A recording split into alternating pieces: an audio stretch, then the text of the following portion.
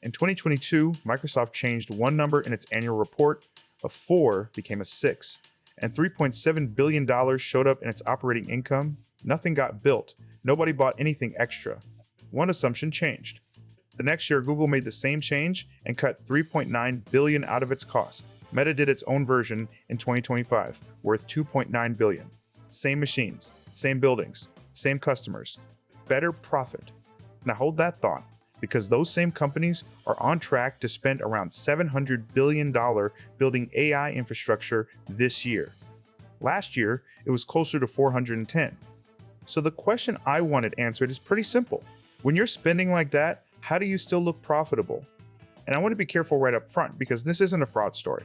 What I'm about to show you is legal, disclosed, and sitting in public filings anybody can pull up. That's exactly what makes it worth understanding. Here's the mechanic. When a company buys a server, it doesn't count the whole cost in the year it bought it.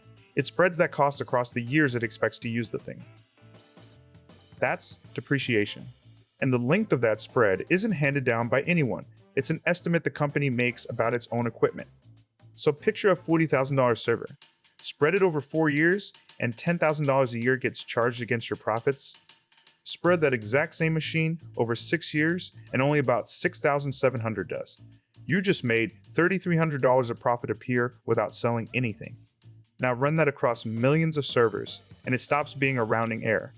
Microsoft's change added $3.7 billion to operating income in 1 year. Google's cut $3.9 billion of cost. Meta's took $2.9 billion out of its depreciation. All of it disclosed, all of it legal. So is 6 years the honest answer, or just the convenient one? That's the entire fight. And the most interesting evidence I found comes from the one company that went the other way.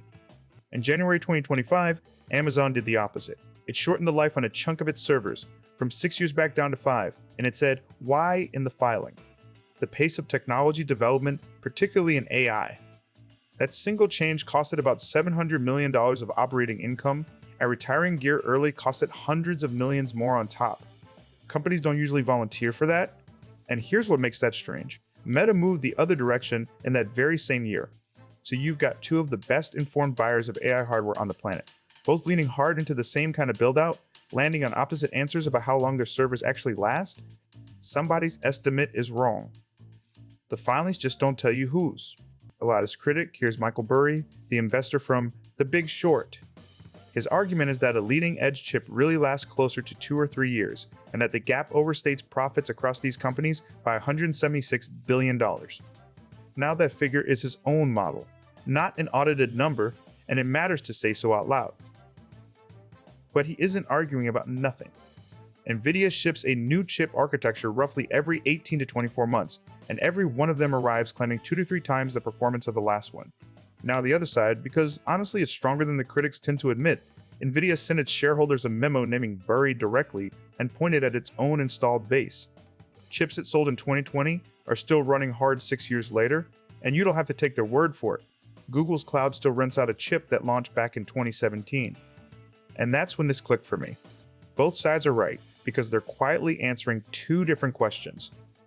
How long can a chip train the biggest models in the world? 2 or 3 years, probably.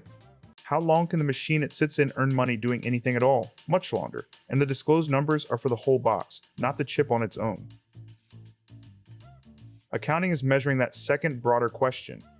The headlines all argue about the first, but there's a real hole in that defense. It assumes a busy secondhand market for used AI chips where old hardware gets sold on or quietly moved down to cheaper work. That market is still thin. If it never really shows up, 6 years stops looking careful and starts looking hopeful. So that's the accounting half. Here's the other half. All this spending is pointed at demand, and a striking amount of that demand traces back to one company. In November 2025, Sam Altman said OpenAI was looking at commitments of about $1.4 trillion over the next 8 years. That's not a hostile estimate somebody invented about him. That's his own number, said out loud. And here's the business underneath it. In 2025, OpenAI took in about $13 billion and lost about $21 billion running itself. You'll see a much bigger loss quoted, up near $38 billion, but most of that gap is a one-time accounting charge from its restructuring, not cash walking out the door. The honest number is still enormous. Now watch that word commitments, because it's carrying a lot of weight. The Oracle piece is a signed $300 billion contract.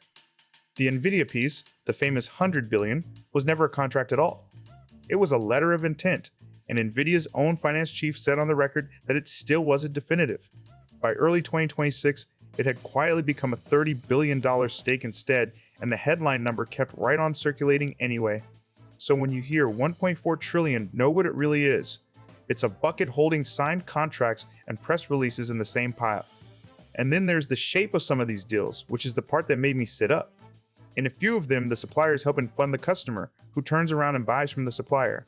NVIDIA's original plan was to invest in OpenAI as OpenAI brought NVIDIA chips online.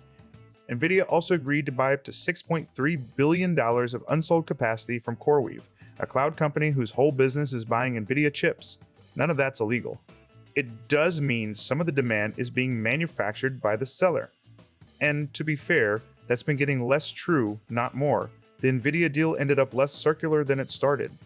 And in April 2026, Microsoft gave up exclusivity so OpenAI can buy its computing power anywhere it wants. If you're keeping score honestly, those are points against the Dune case. Which brings me to the question I actually care about. If this bet goes wrong, who eats the loss? Because it turns out it isn't really the companies you'd expect. Start with Oracle. In July 2026, S&P cut its credit rating to one notch above junk, and named the reason. Too much debt and too much dependence on a single customer. Roughly half of Oracle's $638 billion order book is reported to be OpenAI. Meta took a different route. Its $27 billion Louisiana data center sits inside a joint venture that isn't on Meta's balance sheet. Its own auditor flagged that treatment as one of the hardest judgment calls in the whole audit. They did ultimately sign off on it, but that kind of flag is rare, and behind a lot of it's private credit. Lending to AI companies specifically has gone from almost nothing to more than $200 billion. Then zoom out one more layer. Banks have lent roughly $300 billion to private credit funds overall. With AI lending being just one slice of that, the risk doesn't disappear in that chain. It just moves somewhere with less disclosure. And then there's you, probably without ever having chosen it. The biggest tech companies are now worth roughly a third of the entire S&P 500. Most people with a retirement account never pick a single stock. They're in a target date fund that owns the index, and the index is concentrated. So if you've got a 401k, you already have a position in this. You just weren't asked about it. So let me give the other side its best shot, because the evidence is real. Google's cloud is holding over $460 billion in signed future contracts, and that nearly doubled in a single quarter. CoreWeave's order book is near $100 billion. Amazon's cloud grew 28%. Those are signed contracts, not vibes. They can still get renegotiated or paid late, like the Oracle story just showed. But that's a very different problem from demand that was never real to begin with. The fairest historical comparison is the fiber boom. All that cable really did get used eventually. It's just that most of the companies who laid it went bankrupt first, and the winners were the ones who bought the wreckage cheap afterward. Overbuilt and worthless aren't the same thing. That cuts both ways. So here's what I'm watching, and you can watch it too. Whether Amazon's cash flow actually turns negative, whether Oracle gets downgraded a second time, whether OpenAI renegotiates that Oracle contract downward, and every January, whether anybody else quietly shortens the life on their servers, because that last one is the real tell. Nobody announces the end of a boom, but the first company to admit its machines wear out faster than it said they would is telling you what it actually believes. If you want more of this, the checking instead of the shouting, go ahead and subscribe. I read the filing so you don't have to.